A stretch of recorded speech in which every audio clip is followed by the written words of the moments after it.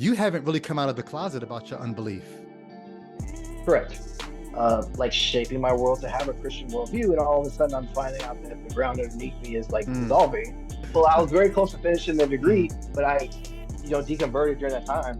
Pause, But pause, pause. So it's Christian authors getting you to desire truth more truly, and that leads you on a path to deconstruction and deconversion. I knew I didn't want to deceive myself, but I never thought the self-deception would come, like the call would come from in the house. So that wasn't. If I'm pushing the guy as a spotter, there should Mm, be a point where I kind of stop lifting, and then I feel the spotter start to pull on the bar. mm. And there never was that point. And she was Okay. like, what is going on here?" And I was like, So "No some point." I people was are like, afraid of getting caught watching porn. She catches you in a black atheist "Yeah, group, and it's like yeah, you shut the yeah." laptop real quick. If I was never really saved, then how was I able to do all those things that only a believer could do?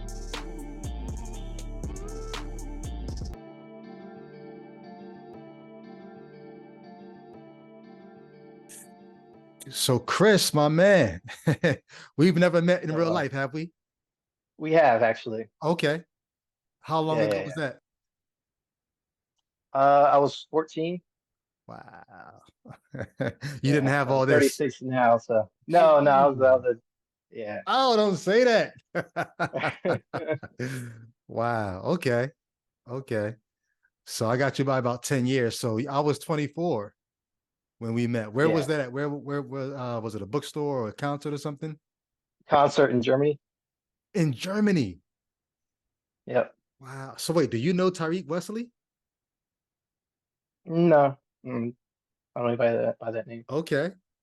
So I know when we did one of the times we were in Germany, we did a concert, and that's when I met a good friend of mine, Tariq Wesley. His father, I think, was a pastor there, military. I think it was a military family. Yeah. Um, but I don't know why. Maybe that's stereotypical or racist. I'm like, you've got to know the only other black dude that I remember from Germany. No, I mean, I guess it makes sense for Yeah, how small the circle would have been because right. it was through the military like church community. So Yeah. yeah, Okay. Oh wow. yeah, So that is kind of why you were at that event, but you still right. don't know this other guy. That's interesting. Mhm. Okay. Wow.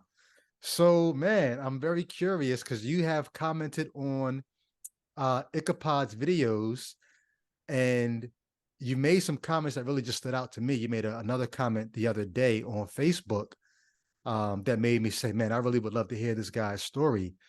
So you're 14 years old at a Christian rap concert. Were you already a Christian before you came there? Was this your introduction to Christian things, or how were you there, and how did that work out?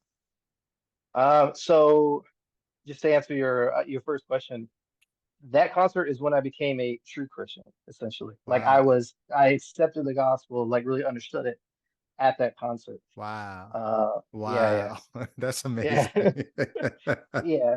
So I guess you could say before then I had some false starts, but I was like a Mm. Christian in the way, I guess a Christian in the way that you probably described many times that you were a Christian before you really got on, so to speak. Yeah. So you have that experience that many people have of being around church things, even going to church, maybe responded to an altar call, but didn't really take it that much seriously. Then you come to this concert. Did you know what you were coming to? Like, how was it sold to you? Um, it was like a youth event. Like so in the military, especially overseas, they can be like not so a lot to do or in the local area. So a big part is just getting out to different kind of events and trips. And so Okay. this was like one of the youth activities of the church of the on the base that my dad was stationed at. Hmm. And so I was like, why not? Yeah, why Was your not go? dad a Christian? He was at that time more of like a cultural Okay. like, and I don't know if you know all about like there's like the broad concept of what a cultural Christian is, and Yeah, then there's like yeah. the there's a southern concept of what a cultural Christian Got is, you. which is like a different thing. He was more so that at the time, Got you. So like you have to be Christian because you're in the South. southern, and in some sense, black birthright. Yeah, Yeah, kind yeah. of culture. Okay. So I'm very curious about your pre-conversion life now. What did you think about Christianity? Was it like I'm probably going to end up being one of those at some point, or was the jury still out for you? I really didn't understand. Like, so Mm, I was as I was recounting all of this and like my false starts. just Hmm. for an example, I was definitely kind of scared into making another walk down the aisle Okay. on New Year's Eve Mm. of Y2K. So essentially, the preacher was using this like, if the world was to end, blah blah blah. And I'm like, let me make sure I do this one more time to get this right because I know I've done it before. I've been baptized, Right. but I'm like, I'm not Mm. sure. Let's just go ahead and do this again. Got you. It still hadn't taken So yet. that must mean your family was going to church on something like a regular basis Yeah, for you yeah, to get the impression that at some point I got to get this thing right. right, yeah. And I was Okay. also reading the Bible myself Hmm. and just gradually understanding. Like certain verses would stick out to me, and I'd be like, I don't know, like I'm like this, me and my friends are like this, but the Bible is saying this, and it seems kind of weird that we're kind of doing this weekend thing, or Why every were time we you pray, we're yeah. why were you reading the Bible on your own? I that's just kind of how I was as a kid. Like I've always been very Wow. inquisitive, Okay. and I just part of it is also, you get kind of kudos for doing it. Hmm. Adults they look positively on you for doing it. If you know it, you get the attaboys. So there was that aspect of it, but also I was just interested in a lot of the stories and Okay. things I would read were pretty wild. Like I was reading stuff in the Old Testament, like what is going on here? Like if my mom, not that I knew a lot about menstrual cycle, Yeah. but like I knew of it. So I'm like, well, if my mom's sitting over there and she's had a menstrual cycle, should I not be sitting over there? Like Mm. all that stuff kind of, it was just in my head. Like, it was interesting. Wow. Wow. Okay. So you come to this Christian rap You knew it was going to be Christian rap. Hmm. Were you thinking, oh my God, it's going to be corny or like, I didn't know what to expect. I think someone had actually given me some cross movement music okay. before then. So I was listening to. I thought some of it was dope. I mean, was it Blood Spiller? It's like the Yes. first track I had. Yes. I thought the track was just so crazy. I listened to it like over and over Wow. again. So I was like, Okay. yeah. So I went. I was like, oh, I'm gonna see these guys. This will be cool. Mm. And then again, I knew it was not just gonna be my church, but from a different area. I'm like, well, there's gonna be girls there from like I'm gonna see Okay. people I don't know. I know So yeah, that feeling well. yeah. Yeah. So Uh-huh. I went, yeah, and then I just, they preached Mm. the message, and I like, I got it, so to speak. Wow. So you don't have to feel any of this pressure at all. I like doing this for the sake of the person that's watching, trying to, there are people who are going to try to discount anything else you're going to say about why you left the faith. Right. And one of the things they're going to try to say is because you were never really in the faith. So Yeah. if you could just recount what was it like hearing the message, responding to it, and like just yeah, I don't even try to put words in your mouth. What was that like? That salvation story and all that kind of stuff.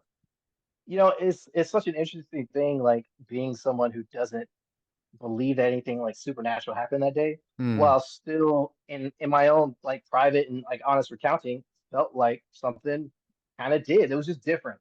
wow. Like, especially thinking in past circumstances, I just noticed a difference. Like before, I walked down the aisle like several times, Mm-hmm. several times. But then even kind of knowing like in a couple weeks, I'm gonna be back to just doing me. Like there's some kind of disconnect. I don't know what it is, Mm-hmm. but whatever, and there's of course that trapping of adults really want you to affirm that you're a Christian so easily that they will dispel the notion that you're not when, maybe you really don't understand the gospel. Mm-hmm. So that time I just really understood like, oh, like okay, there's this concept of sin. Um, I've never really like stopped doing it decidedly in my head that like this is something I'm not supposed to do. Mm-hmm. Um, and I actually have to like put that all away and then take up my cross and then like follow Jesus. Like these aren't just words or like Mm-hmm. this is actually like a commitment of like a lifestyle. Like Mm-hmm. I essentially like kind of got what repentance was. Wow. And I also just felt the guilt of it all. I was like, oh, Mm, like I have been mm, kind of parading around like just playing with this Christian thing. But I'm also saying that Jesus died for me, but I'm not responding in any kind of way that yeah. expresses that I believe that or that it means anything to me. Like I gotta stop like with this sin stuff and Mm, start like living according to the Bible. mm. It was that kind of paradigm shift in my thinking. Wow. Wow. Yeah. Okay. So you respond. Was it an altar call? Did we do the altar call as cross movement, or was there a minister or something? I want to say it was after or maybe mid performance. It wasn't, I don't think it was you guys giving it. Mm, I do remember there were things that you all said that were in the link of like the chain. I'm just like, mm, hmm. something's not right. Like, Mm, like I've missed a step somewhere. wow. Yeah. So you respond to the altar call. What did it? You said it was like this time was different. You knew this time you needed to include repentance, and what Jesus did for you needs to matter. What did it feel like? I mean, it's funny because I wonder, like, is my thinking in this just polluted by the Bible? Like, I'm kind of like backfilling it, but I Mm, felt like kind of like a new person, you know? mm, In yeah. fact, I was just reading, because I've been thinking about this issue, maybe we'll get into it a little bit later.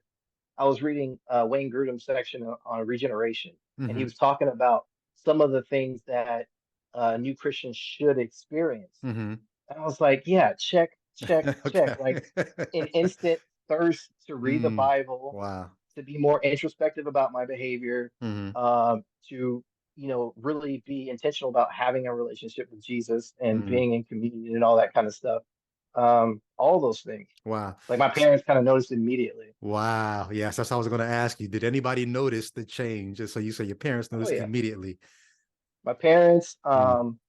my religious mentors, like the people who are basically responsible for bringing me to that event. My Hmm. friends, like I actually got kind of like annoying with it. Like that's a whole nother thing.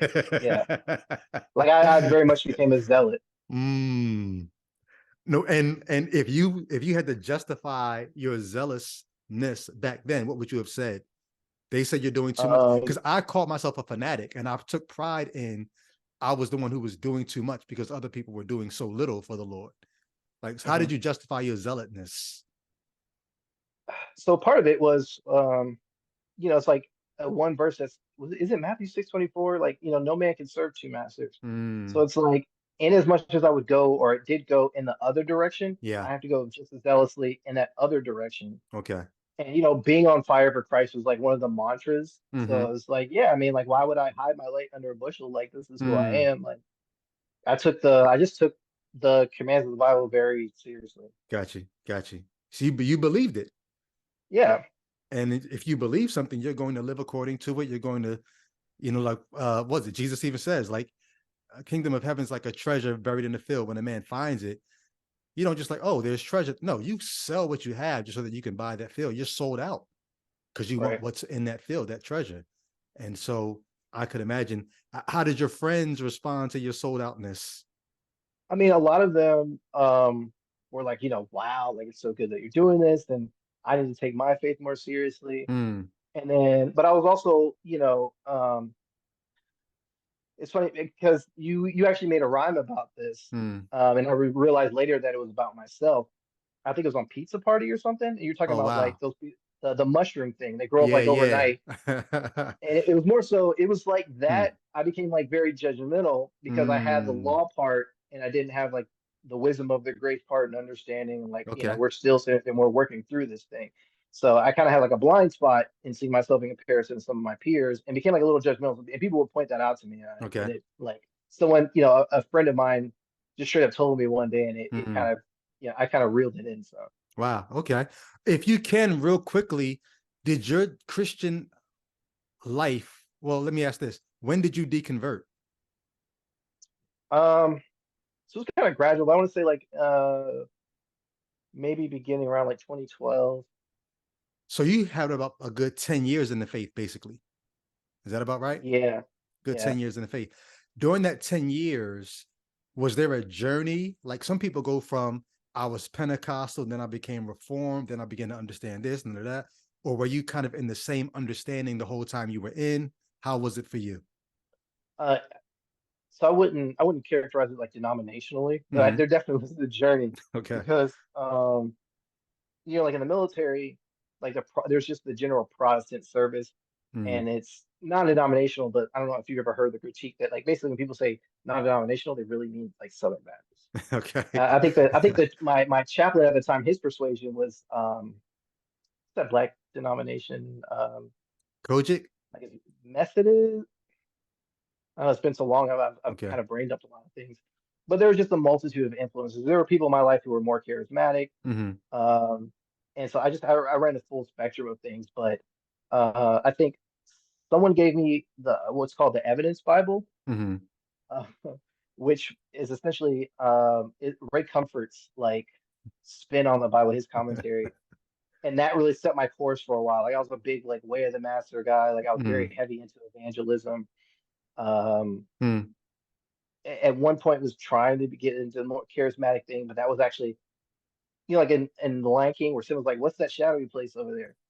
That in terms of doubt, like that kind Mm, of started to show me like there's something wrong going over there, and I'm like, I'm mm. gonna avoid that. There's something very strange Really? about that to me. Yeah.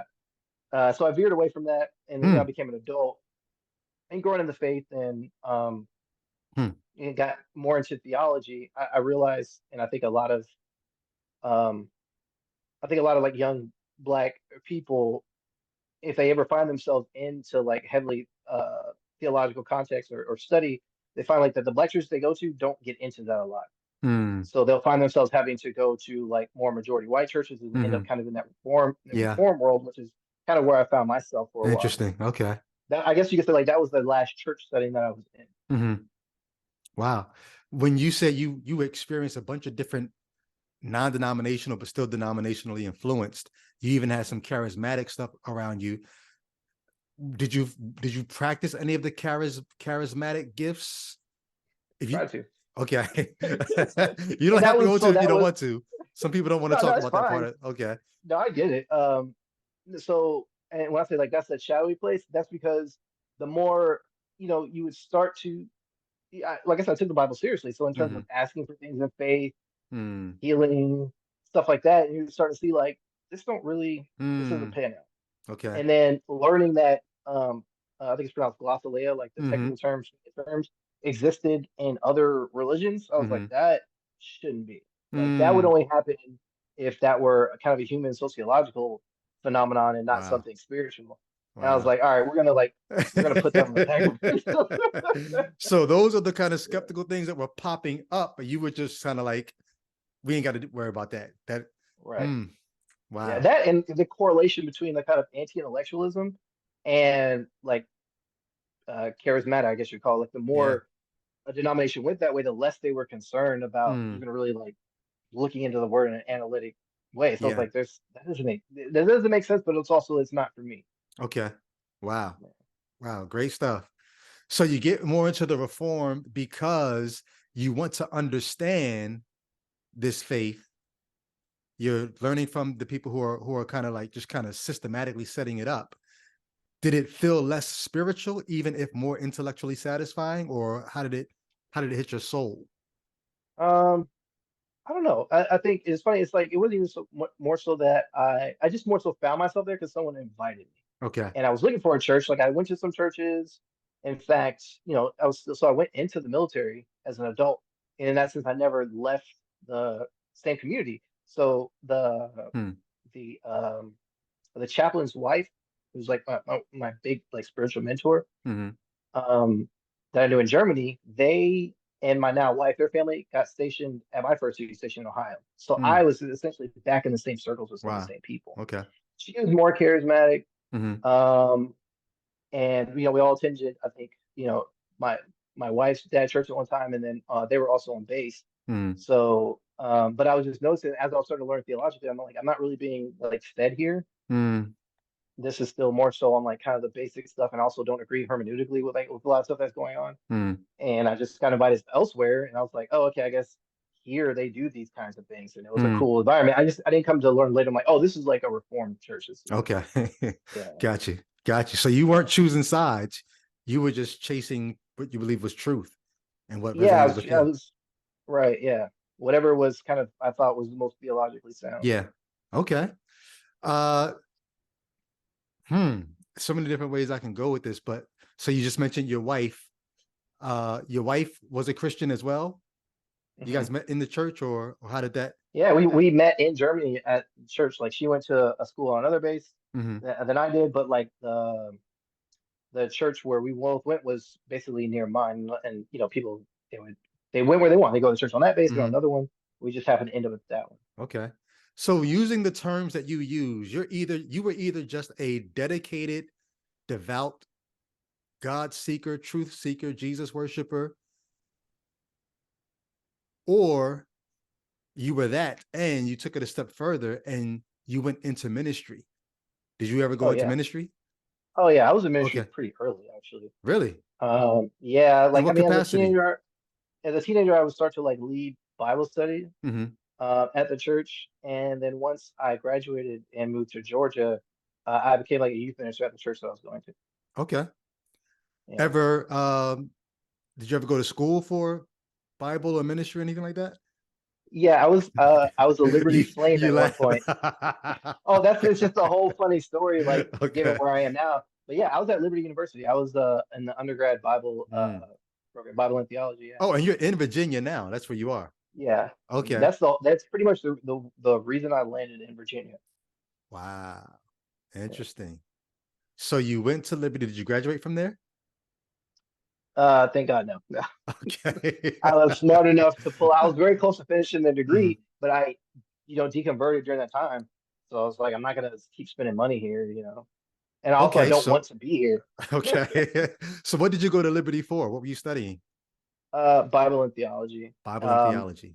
so that was through the online program. I was in the military. I was stationed in Ohio, and Okay. then once I got out of the military, I was like, oh, I'll just go on campus and finish. They have more options, so Hmm. I switched to like a philosophy, psychology kind of Mm. hybrid thing, Okay. and then I eventually left. Okay. Wow. So around 2012, you're in school at Liberty online. You're in the military. Are you married already? Hmm. And you're married. At what point did the cracks in the foundation of your faith begin to show? What was that like? How did that even happen? So I would put it like this, and like it's just interesting because it was really my studies in Christianity and essentially starting at Liberty that put me on the path. Mm, I was really eager to take my first philosophy course because I was introduced to philosophy mainly through apologetics, and I just okay. always thought it was interesting. It kind of just fit my natural analytic bent. Mm-hmm. And one of the books that I had to read as a part of that course was called "Becoming Intellectually Virtuous," Mm, and it was essentially a book about virtue epistemology.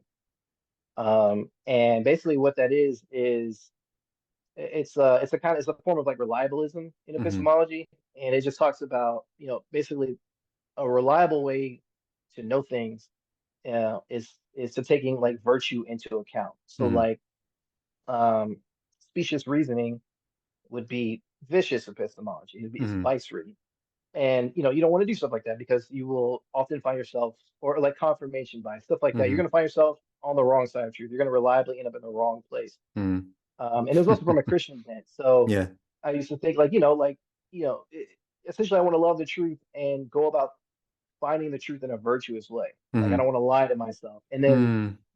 there's another book called "I Told Me So: Self-Deception in the Christian Life" by a professor at Biola. Okay. And so the joining of these two books really like Mm. influenced the way I thought about like how I should go about believing. Wow. I knew I didn't want to deceive myself, but I never thought the self-deception like would come like the call would come from in the house. So that wasn't that's not how I looked at things. In fact, Right. I thought, of Mm. course, I thought in accordance to Romans 1 that like it's atheists who are not honest with the truth. Like, I say like, oh, you would accept this argument if not for the fact that you uh, ultimately inside are running from God or in Right. rebellion or Suppressing the denying the truth and truth. unrighteousness and Right, yeah. exactly. So, Mm. I thought the problem was out there. And I knew I didn't Mm. want to be like them. So I'm like, well, I want to have that kind of internal model to where I'm not like that. Pause, pause, But pause, pause.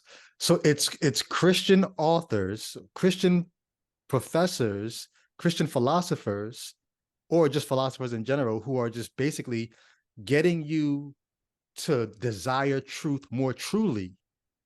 yeah, And that leads you on a path to deconstruction and deconversion.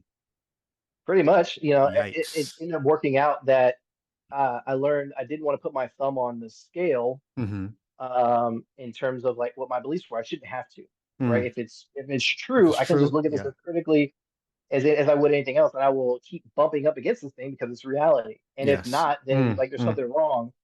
And I do remember kind of coming to a pivotal moment to be like, well, would I be okay with that? Like, Mm. if I'm not bumping up against this thing in reality, but I am earnestly pursuing the truth, and that means like not what I currently believe. Mm. And I remember writing it down somewhere that I was like, I guess I'm okay with it. I don't know what the other option would be. Am I saying I'm Mm, not okay with that? Well, that says I'm okay with being in some way vicious, not vicious like rude, but like vice. right. Like I'm Yeah. yeah, I'm fine with being led around. And I'm like, well, God wouldn't require that of me, so I Hmm. should be okay. And if I'm not, then I guess I just found out something true and very shocking. So for anybody who's missing what Chris is saying here, I love what you said. If I'm bumping up against it in reality, that's true. And if I'm not, I have to be okay with saying that it's not, even if it's something that I believe. If I don't bump up against that in reality, I have to be okay with saying it's not true then, and Right, let the chips fall where they may. You weren't putting your thumb on the scale saying because I want to disbelieve, and you weren't putting your thumb on the scale saying I want to keep believing. right. That's where you were. Yeah, I kind of I summed it up here. 'Cause I remember being in church like this became like a thing. I realized there's something about that this is untenable on it, and I just remember thinking like it's not possible for me to both sanctify Christ as Lord in my heart and honestly question whether or not the resurrection happened. Hmm. Like when the Bible says, I think it's in James, or like, if somebody wants something from the Lord, they basically can't doubt. And I'm like, well, like this puts me in a weird place. Like Hmm. it affected my prayer life because I'm like, in order to actually investigate whether or not this is true, I have to like genuinely doubt it. I found myself like in apologetics, like there's no real doubt here. Like Hmm. that was the difference I learned. Like there's in doing philosophy as philosophy and doing philosophy in service of apologetics is like Right. Hmm. real academic philosophy. Hmm. Nothing is really taken for granted. Right. Pretty much almost Right. nothing. Whereas in apologetics, like you have your thumb on the scale and you're really just finding arguments in defense, but you're not questioning the very arguments. Like you can't. Like that's kind of implicitly part of the program. Hebrews I was like, that eleven. there's Hebrews something 11, wrong with right? Says, he who comes to God must first believe that he is. Well, if you first believe that he is, you've already you've already solved the thing that you're actually there to try to investigate. it. If I Exactly. first believe it, I'm going to find him because I believe it already. If I investigate without putting my thumb on the scale, I may find that he's not there. Yeah. Yeah. Right. Yeah. And that was kind of where, yeah, that was like the first cracks, and they became like more specific problems. So I Hmm. was like, mm, yeah, Wow. yeah. And we can get into those if you want. I Yeah. just kind Well, of droned on I to want to myself help the like that. listener make sure that they get what they need to get from this. You said, I can't sanctify Christ as Lord in my heart if I'm questioning the resurrection. And that questioning the resurrection was not like you were out to disprove it. You just were trying to be a honest, like, coming to your belief to see whether your belief is true. You can't really do that, or put the opposite way. You need to question it before you can say it's true, as opposed to Right. saying it's true and then questioning. Right. And this That, was, and this wasn't like, I think some believers are going to hear this and be like, well, if you believe in Jesus, like, how are you questioning the resurrection? It's the whole thing your faith is based on. That wasn't the route. I mhm, was looking at the arguments for the resurrection. And I'm like, mhm, well, if I critically evaluate these arguments, like, obviously, I can't take for granted that it happened. I have to look at right. the evidence, at the arguments against it, and say, like, does the conclusion follow from the premises? Yeah. And if they do, the resurrection didn't happen, Mm. which is a hard thing to do while also singing worship songs in church Sunday after Sunday. Right. It can be literally in your head as you're doing. You spent the week doing it, and you go, and I'm like, wow, but what if that didn't happen? Or I remember reading this thing and blah blah blah. Like it became tenuous. So just trying to be honest with your beliefs, the cracks begin to form. Were you communicating this to the people close to you at the time? Some people, I was careful about who I shared it with, Hmm. but in terms of it's I guess kind of feeling some more story about like who I am. So I got heavy into apologetics, and I got kind of deep into the like Christian philosophy circles. Mm. Um, like I went to Alvin Plantinga's retirement ceremony, just kind Mm. of like on a whim. I think I saw it the week before. I was like, I'll go, Wow. and I met a lot of people, and I was Right. introduced to well, basically one of the philosophers that kind of came up to me. My wife was talking with me. He wanted to communicate with me, kind of form a relationship. And he Mm. introduced me to um, a student that was at Calvin that was from Ohio, Mm. and we linked up and became really good friends. He's now kind of in the up and coming kind of new wave of Christian philosophers. Mm. I'm not going to say his name, but Okay. he's out there. And I would tell him, like, I would have these kind of dark nights of the soul. Mm. And he was kind of who I would funnel these things through, and a couple other people. Hmm. Wow. Were you sharing was it doubts, or was it just, I'm having a hard time with this at that point? Both, both. Okay. I mean, the more personal things I was sharing with like individuals, like questions like Facebook groups of people I could like fill them with and bounce them off Hmm. of. How about with your wife? I didn't really share too much with her. Okay. That she actually like found out through another means that I had started to Mm. basically deconvert. And she was pretty upset Wow. about it at first. Yeah. Wow. But yeah, I didn't do that because Mm. I'm sure maybe you can relate to this. You don't want to shake the faith of other Christians, especially if they don't A have like the 100%. understanding that you have. A Yeah. 100%. Yeah. I spent several years alone and depressed and wanting to say things, but I'm like, I don't want to put them through what I'm going through. So I bottled it up. Yeah. Yeah. Okay. Did you think a deconversion was at the end of the road, or did you think I'm just going to struggle for a while? I'll be okay. Um, I think initially and for a while, yeah, I just thought I was going to be kind of in a somewhat of a spiritually bad place or maybe Mm-hmm. subpar place, Mm-hmm. and just not having my answers, my questions answered for a while, like Mm-hmm. kind of that dark night of the soul period, and then I would eventually kind of come out of it, or Yeah. maybe not, or of course, I also did like the drifting toward the more like liberal side, but that didn't last long because I think I've heard you say that too. You kind of see through it, like this doesn't make sense. Once you start having to do all those things, you know the house is coming down. Yeah. Kind of. Yeah. Well, that's a good question to go to. When did you know it was over for you? Um, Probably,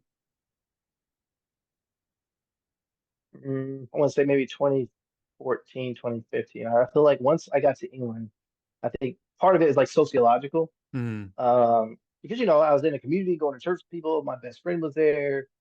But then once I moved away and kind of started life in a new place, I just became comfortable with the fact that I'm like, mm, I don't need that anymore. It's not really a part of me. And mm, if the Holy, that was a big part of it, and it kind of still is. Like if the Holy Spirit was really in me, like that wouldn't be the case. Like I would need this in a certain sense, according to the Bible. And mm, I don't, mm, I don't need this, and I don't believe this. mm. So you had been practically living, like, did you stop praying? Had you stopped? What had stopped, even though you didn't officially stop believing until 2014? Um, I did stop praying, kind of along the lines of the same thing like you were saying. Mm, I This is just one of the many problems. Is like it feels like I'm doing all the hefty lifting. Like if I'm pushing, but God is a spotter, there should mm, be a point where I kind of stop lifting, and then I feel the spotter start to pull on the bar. mm. And there never was that point where I could Wow. discern that I was praying anything was happening that I wasn't making happening. Mm, So I mm, already kind of mm. started praying just as a way of like you saying like I know Christians hear this is like, oh, you were testing. I was like, no, but I'm like, I need to understand that there's some difference between Yes. what I'm doing and what God's doing. And Yes. it kind of just seems like once I go at it, like nothing changes, you Mm, know? mm, mm, mm. Wow. So there was that. I think maybe I'd stopped going to church Okay. a little bit before I moved. What did you Um, tell people in terms of why you had stopped going to church? Did you, because hold on, because we haven't said this yet. You haven't really come out of the closet about your unbelief. Correct. This is kind of like you're coming out of the closet But yeah, more or less. Yeah. in terms of like the broad community. So when you stopped Mhm. going to church, did you make excuses, or did you just, how did you explain it? It's kind of actually convenient because there was so the pastor at the church that I was at had like a big moral failing. Mm, And then there was a church plant.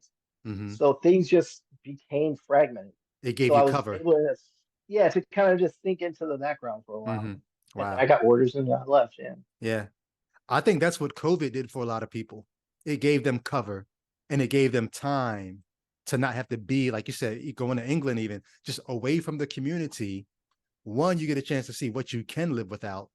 And two, you have that time to just, sort of let the distance, let your heart grow, not fonder, but maybe let your heart wander. Yeah, it's true. Yeah. There Mm, is that part of it. You kind of have to let your heart grow cold to an extent because you yeah. have these religious emotions and motions that you're just used to, kind of just existential things that you've been plugged into, and you kind of just have to let it Yeah. all power down. Okay. So 2014, you get to England, you realize I've been doing all the lifting. I don't really need this, and I don't believe this. And you just kind of just own it at that point. Yeah. Who did you tell? Well, no one. Like I said, my wife found out, and she Okay. was kind of upset. How long But after she like how long after you stopped believing did she find out? And how? Yeah, if you don't mind telling so that it was kind story. of like a gradual, like I said, it was a gradual way out. So Mm-hmm. she found out like before we left, and I think she saw that I was actually in a like Black atheist Facebook group, Wow. and she Okay. was like, what is going on here?" And I was like, So some before I was people are like, afraid of getting caught watching porn. She catches you in a Black yeah, atheist yeah, group, and it's like yeah, you shut the yeah, laptop real quick. No, that was nothing. It yeah. was it was porn.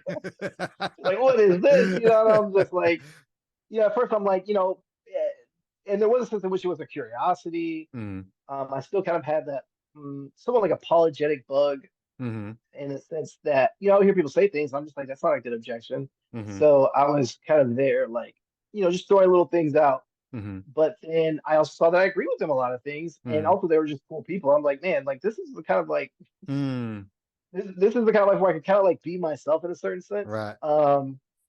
without, you know, the kind of things that I'm like preoccupied with that I also like have doubts about. Like Mm. I just had a bad perception of atheists, and I thought Black atheists was like I thought that was just that concept blew my mind. I was like, what? Especially in light of I'm your like, dad being from the South, where the cultural Christian, like oh Black yeah, both my atheists, parents, yeah, and yeah. oh my gosh, right. That I mean that's essentially part of the reason I'm not out. I just know that that is a completely foreign world to them.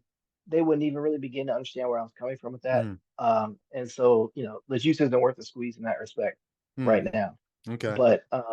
But yeah, that's pretty much how she found out. And she still believed, even though she had like her own doubts, but they didn't grow to be what they were because she's also an atheist now as well.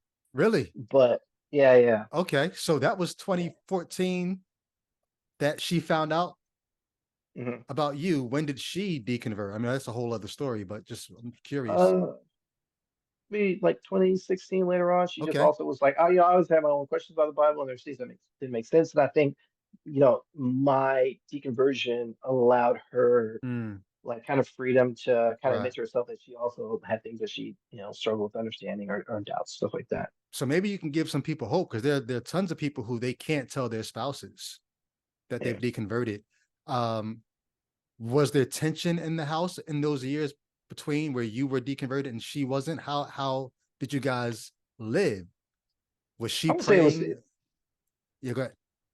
I wouldn't say it was a lot of tension Mm, because I mean I think it was a shock of finding out the fact that I didn't tell her, but they also explained it. I'm just like I don't. This thing existentially for me is kind of scary. mm, Like I've only known one way of life. I've become very invested in this. For me to be a young person to take the path that I did, I was very intentional about mm, like shaping my world to have a Christian worldview, and all of a sudden I'm finding out that the ground underneath me is like mm, dissolving. Like I don't really know how to handle this. Like yeah. like I don't, And she it knew that you were a true believer. It's not like she could say, like she couldn't say to you, "Well, you were never saved." she right. she Yeah, knew yeah, your heart as much as a person can know somebody else's heart. So she had to right. Yeah. wrestle with, well, dang, if he doesn't believe anymore, you know. Hmm. Yeah. Did you guys have, if you don't mind me asking, did you have children? Yeah, in England is when we had kids then. Okay, so Yeah. because I would imagine there's conversations about how are we going to raise our kids if one of us is a believer and one of us is not. Right. How did you guys even forecast that? Um, I don't know that it really came to a head. Mm-hmm. Um, Especially with him being so young. There Mm-hmm. wasn't like this worry that we have to get him there or anything like Okay. that. Um, so yeah, I don't know. That it didn't really come to. I think when she first found out, because we were trying to get pregnant, it's just like, well, mm, what's that going to mean? mm, Um, but yeah, I guess it was just such a short period of like to where it would have to be an issue. I kind of don't even really remember. okay. Man, Yeah, I mean, you're lucky. You're lucky. Yeah, some people have, I got friends right now who their wife wants to get their child baptized, and they're like, I don't want my child doing it. And it's friction. And they got yeah, to figure out how to work through that kind of stuff. Okay, so 2014. So you've been out of the faith now for 7 years at least. yeah. And I was going to ask you, why haven't you been vocal about your unbelief? But you already said, with your parents being as culturally Christian as they were, that's at least one good reason. Any other reasons why you felt like?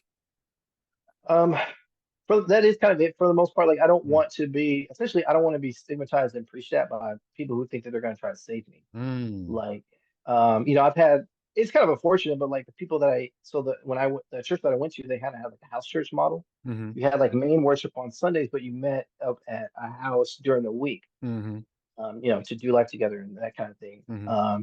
And that's how you got fellowship. So you're not just like one person just in a crowd. Um, and I don't really talk to them Mm, because and to an extent, I feel like they want to understand, but I also don't want to be evangelized because I know like how they would see me because I would mm-hmm, have seen them the same way had it happened to me. It's like, oh man, we've got to get him back in the flock and he's mm-hmm. straying. Yeah, yeah, And especially with them being like reformed, like yeah. I don't want to hear the phrase "God is pursuing you" like that. This is like nails on a chalkboard. I didn't even like it as a believer. It was just like this kind of theme that they would say, and I was just like, I Mm, don't like it. I right. don't want to hear stuff like that, especially because they may also try to give me the kind of apologetics argument that I already know and reject for reasons that I think are pretty good. Yeah, I just don't want to hear it. yeah.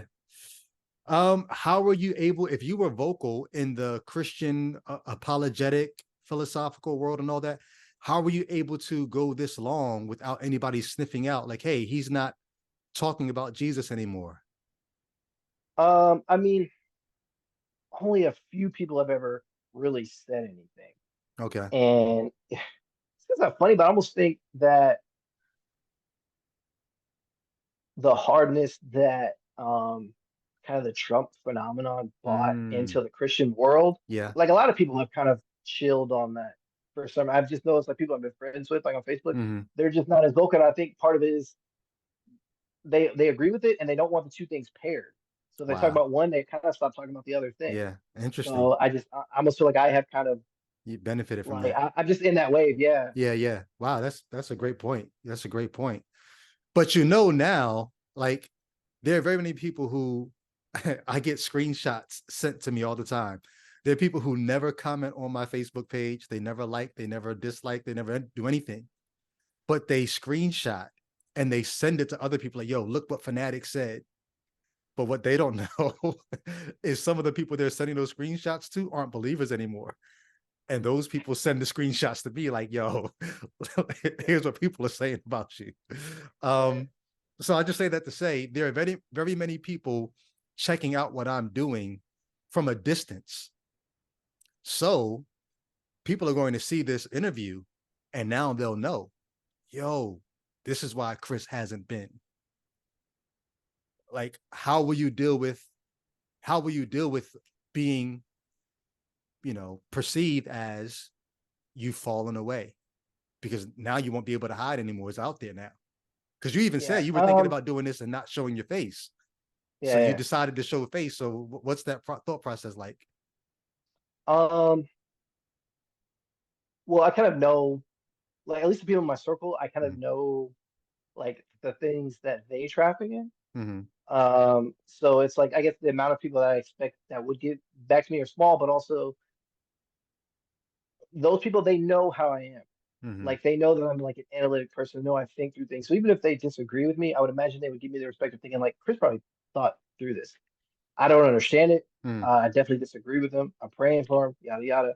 But I know he didn't do this willy nilly because I know the kind of person he used to be. Mm-hmm. Like, um, I mean, I guess those people don't know this, but like, I even like, so I mean, you know who like Ray Comfort is, right? Mm-hmm. Like at one point, I like open air preach with them. Like I was very like serious. So for me to go that far in, like, there's got to be a reason for me to come back out. Mm-hmm. And so I kind of like, I feel like they would kind of give me that much Yeah. respect. Okay. I hope so. Um, yeah, and then when it comes to my family, I guess I'm SOL. Like there's just a lot of people that are gonna be afraid that I'm gonna go to hell and they think I know better. mm, And I'm like, I guess mm, if they do come to see this, I hope like this is not a good discussion to have with them. yeah. Have you been, so you started being vocal at least on my Facebook and on YouTube. You were in the Black Atheist online space. Do you think, I mean, now that it's out there, will you be more vocal? Or, I mean, you've just been living your life all this time.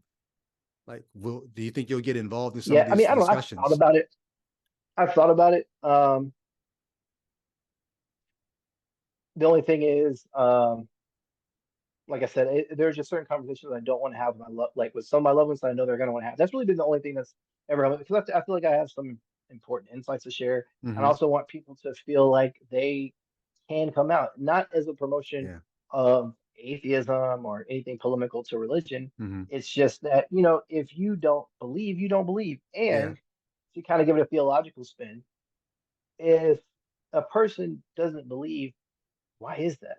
Yeah. Like, they haven't been given the gift of faith, right? If you're Right. coming from the reform Right. perspective, if I don't believe, it's because I haven't been given the gift of faith. Right. There's nothing I can actually do about Right.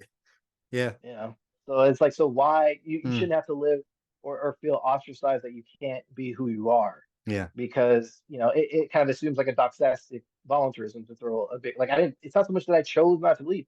I just became less and less convinced that Christianity was true, and Yeah. I couldn't help that. Mm. Like, what would the alternative to be? You want me to just believe when I don't think that it's true? Mm. That's weird. Oh, something we kind of skipped over. You left liberty as you got to the point where you were saying, I don't believe this. Can you talk about that decision process, and how was it like? What was it that made you say, even though I, got the military and I'm paying for school, and I'm doing all this, I can't do this anymore? What was the last straw? Well, I mean, part of it was like stigma, and also it was a ridiculous environment. Like, Mm. the online stuff is kind of a joke. Okay. Um, but then I got out of that to switch to something else, and then just going on campus is like, Mm. first of all, I don't. I mean, it's not my money; it's like government's, right, for my GI Bill. But I'm like, I don't want to spend it here. Mm. Uh, I don't really like being at the school, and then this is right at the dawn of the whole Trump thing. So, they're having people like Mm. Dinesh D'Souza come to like give convocation. Like, it's not even really like a Christian. Like, this is BS. Like, I don't. I just don't want Yeah. to be here. Okay. Got you. Um, so being the analytical type person, you say, I don't think this is true. I can't believe this anymore. You leave the faith. Do you go on to something else? Like if someone were to ask you, okay, so you don't believe that, what do you believe? Or you think about the afterlife, or you think about life having a purpose and all that kind of stuff. Did you land on anything? Or like, how do you think about life, and how do you live life without the God that you were convinced you couldn't live without all that time? Um, well, I know a part of it was freeing myself from some of the trappings of apologetics, Mm-hmm. like in terms of worldview, right? So I realized I'm not under any pressure to have a whole system of belief. There are just some things I believe in, some things I Right. don't. So if they're sort of like, oh, what about you in objective morality? I I can actually say I don't know, and that's an Mm-hmm. okay answer. You need Gotcha. an answer. Yeah, literally, your Bible says you have to have an answer. Right. I can be agnostic about that question. Mm. I can say I don't know. I mean, I have kind of what I think is true, but it's also genuinely open to change. Mm. I don't have to commit myself to Mm. something via dogmatism. Gotcha. Mm. And right now I don't believe that there's an afterlife. Mm. But the great thing is that um, with the accrual of evidence, I can change my mind. Right. I'm kind of free to go wherever the evidence takes me. Wow. Any fear that you could be wrong? Um, So the only fear that I have is a kind of latent hardwiring. Mm. But I realize that is, again, Break that it's a down for somebody. non-rational, right. It's a non-rational thing. It's something that was instilled in me from when I was little. It's not the Mm. kind of thing where, again, it's not like built on any kind of evidence. It's just more so like, you know, man, if you take this gamble, you could be wrong. But it's like gambling is based on probabilities. Right. And what's the Mm. probability? And that's just, again, this is just Christianity's hell. This is just Mm-hmm. one story among many. So Right. it's not like it's this 50-50 thing. It's like one Mm. out of a billion. Yeah. Yeah, that's a great point. You said this latent hardwiring, it was instilled in you. Had no one ever instilled this in you, whatever fear there might be, you wouldn't even have that. You wouldn't have grown up and thought to yourself, there's an afterlife where I could suffer. But because that was put into your thinking at a young age, that's just maybe just going to be there now, because it's almost like sometimes I start watching something and it may be like horror and I didn't know it was horror. And I'll cut it off, not because I'm afraid of it. I just know what my mind is capable of doing with seeing certain things. And I don't want to have to be laying in bed at night in the dark and hear a noise. And now I'm triggered because of something I saw. I don't want to do that to myself. And I think in some Right. ways that's what religion does. It does things to people that now it's going to be hard to outlive because you put that thought in your mind. It's Right. not a sign that the Holy Spirit is convicting you, or like you said, Holy Spirit is pursuing you. It's you get wired, you know. It's Right. natural to fear whatever threatens you, and Right. so I get that. Yeah. Yeah. And to that point, I guess I kind of have my own kind of like philosophical argument against it in that, well, I mean, suppose I am afraid of hell, and suppose Mm, a believer brings that to my attention.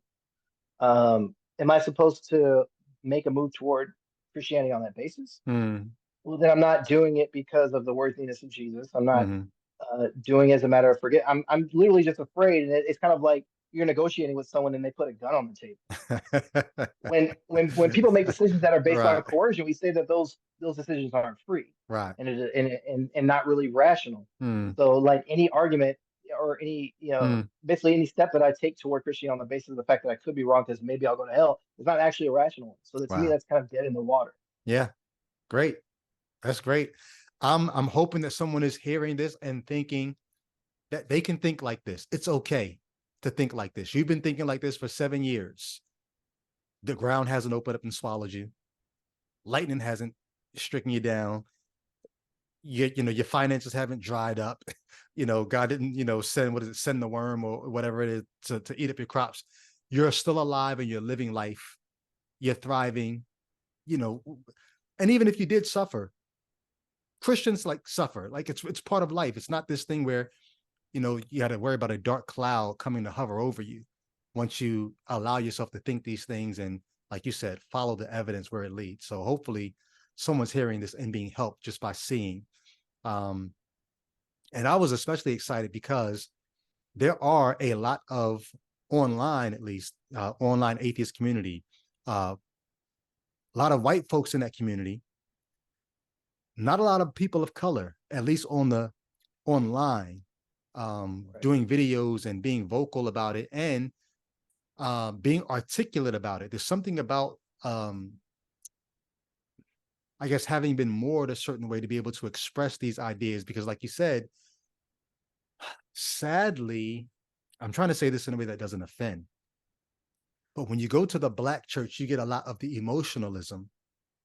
When it comes to the intellectualism of Christianity, sadly, you don't find a lot of that in the Black church. But people like us who kind of have been through that reformed or that scholastic, whatever it is, version of Christianity that's used to giving answers for the faith, when we deconvert, we end up being able to be very helpful to people who are still in the faith because we're able to be analytical and we're able to talk that talk and hear presuppositional arguments and break them down as opposed to cowering at them. So I'm Yeah. I'm, I'm Yeah, I agree. appreciative to have people like you, hop on the podcast. Yeah, and I think that's the same way about Ichabod.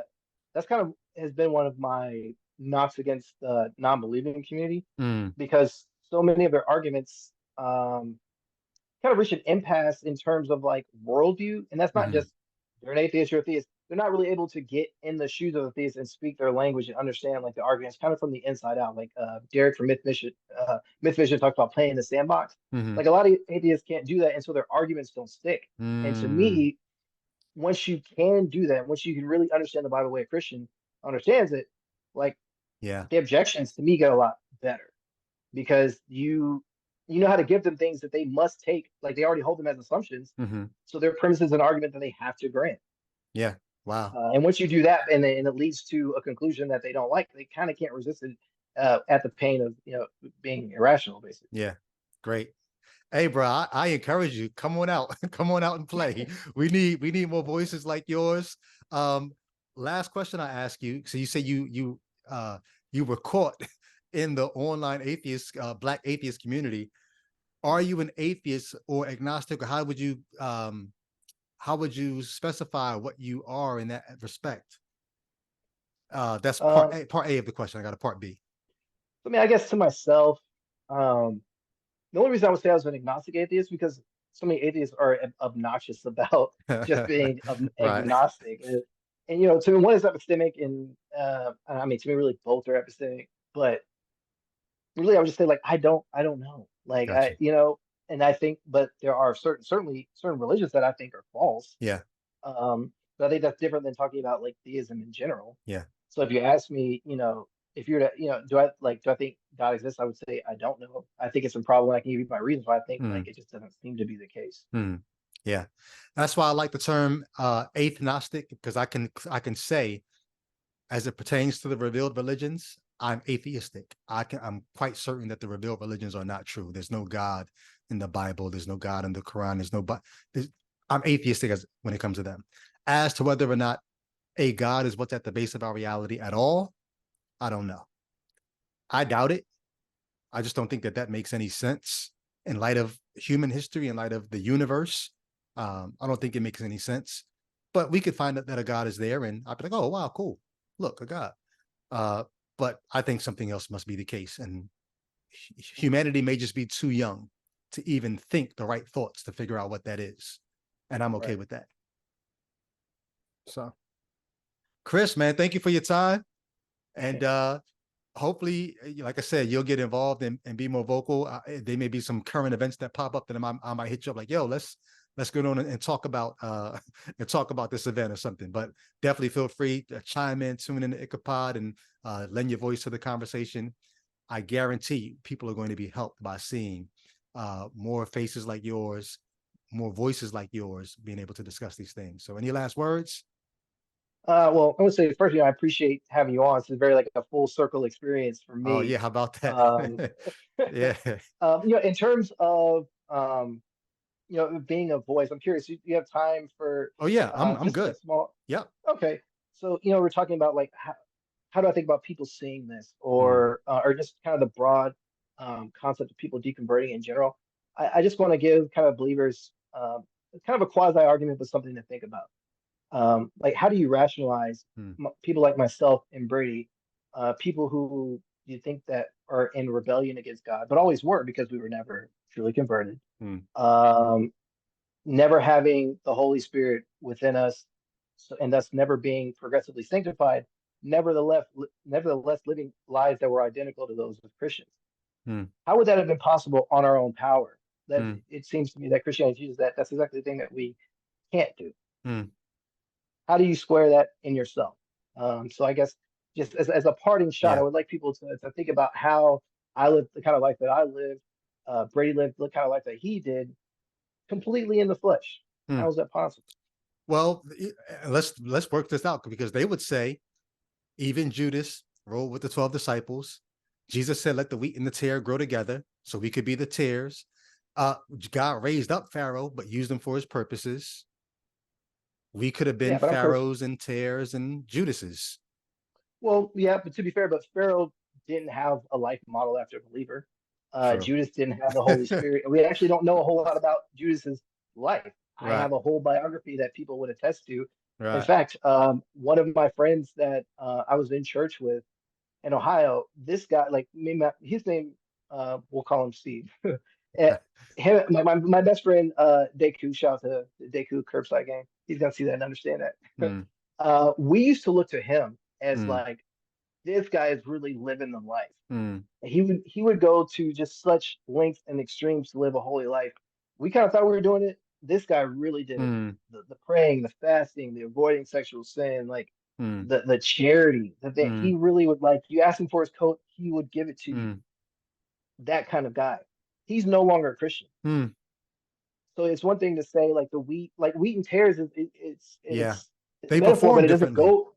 It doesn't. Yeah, exactly, Yeah. exactly. They look alike, but the metaphor only goes so far, Yeah. and that's Great. only taking one part of the scripture into That's it. It's great. like again, they're in rebellion against Mm, God. We don't. Apparently, we didn't like the things of God. We wanted to do our own thing, and yet for decades, so you know, for you, for right. me, over a decade, and for other people, they lived lives that were identical and better to people who you now think are Mm, currently Christians, yeah. or like someone like a Rabbi Zacharias, like people who Mm, make great personal sacrifice. I mm. remember you had a verse talking about, you know, you were offered a deal or something and you flew it off the side of the mountain or something like that. Like, you know, I'm sure, yeah, yeah. Yeah. things you could have been doing, but you made certain sacrifices, you endured personal Mm. pain Yeah. Yeah. to kind of model the argument of like the disciples and people dying for something that they know is a lie. Mm. Like, how do you explain people who are in rebellion against God who are totally going with the grain? They're doing the things that they think pleases God. That's not supposed to be possible scripturally. Right. How Right. do you reconcile that? You just introduced the other side of that coin, right? So you talk about doing the deconversion where you say, man, maybe I've been helping God too much. I thought he was spotting me, but I got rid of that and I'm still able to do this. What was God doing all that time? That's on the way out. But now you're looking at that same argument from when we were in. If I was never really saved, then how was I able to do all those things that only a believer could do? Right. So on both Like, sides of that spectrum, I thought God was involved, and I realized, wait, it was me the entire time. Yeah. right. Yeah. Like the idea of it, like really take the language seriously. As seriously you would take the wheat and tares thing, myself and Brady were slaves to sin. Hmm. We were slaves to sin. We were not slaves of Christ. So how could we again like do things like resist sexual sin, Hmm. not chase money, all the kinds of kind of personal morality things, giving up our time in ministry. It's not so much that it was incompatible with who we were as believers. Like according to the Bible, we should not have been able to do Yeah. it for an extended period of time. It doesn't make sense. Yeah. Yeah. Any believers watching, if you feel like no, it does, because you can get in chat and answer. That's a great Curious. question, but I think that's something that's really worth thinking about. Yeah. Good stuff. So, Good yeah, stuff, man. Yeah. Well, let's not let this be the end, bro. Let's keep in touch, and for sure. definitely appreciate you, man. Yeah, I appreciate you. Thanks for And having me. thank you for your service too. Are you still enlisted, or you out Oh no, now? I got out in 2017. Okay. Good stuff, Yeah, man. Appreciate you though. appreciate you. Thank All you. right. Thank you guys for watching.